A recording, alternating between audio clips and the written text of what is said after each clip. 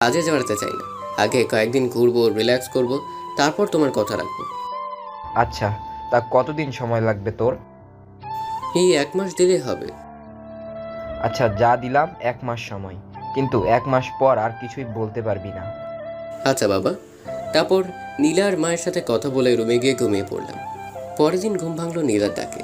তারপর ফ্রেশ হয়ে সবার সাথে নাস্তা করে নিলাম। বাবা অফিসে আর নীলা কলেজে চলে গেল। আর আমি রাফিনকে কল দিলাম। রাফিন আমার ছোটবেলার বন্ধু। রাফিনের বাবা একজন পুলিশ অফিসার, আর রাফিন এখন ডিবি পুলিশ অফিসার। আরও দুজন বন্ধু আছে, নাম সুমন আর জনি। আমরা 4জন বেস্ট ফ্রেন্ড। রাফিন কল রিসিভ করলো। কি নবাব, এতদিন পরে মনে পড়লো আমার কথা? তোর কথা ভুললাম কবে? তো দেশে আসলি কবে? হে, গতকালকে। তুই এখন কই? এই তো অফিসে যাব। তো অফিসে পরে যাস, আগে আমার সাথে দেখা কর। আচ্ছা বস।